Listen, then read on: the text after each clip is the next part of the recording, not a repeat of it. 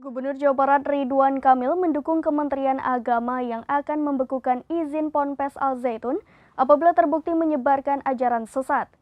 Namun menurutnya proses pembekuan hingga pembubaran Al Zaitun tidak serta-merta langsung ke tahap eksekusi, melainkan harus melalui pengkajian terlebih dahulu, mengingat banyaknya putra dan putri Jabar yang mengenyam pendidikan di sana.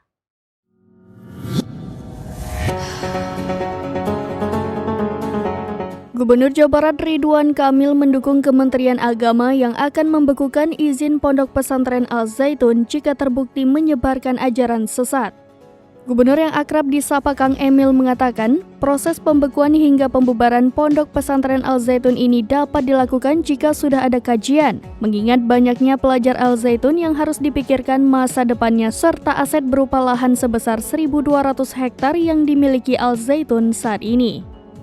Lanjut Kang Emil, penyelesaian Al Zaitun tidak boleh mengorbankan hak pendidikan dari anak-anak Jawa Barat yang memang sudah terlanjur mengenyam pendidikan di sana.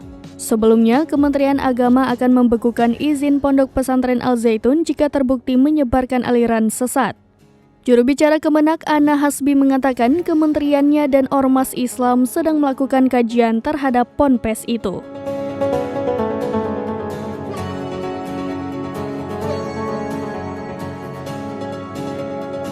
Demikian informasi terkini, Syedara Lun. Saksikan terus berita lainnya di kanal YouTube Serambi News, website dan Facebook serambinews.com.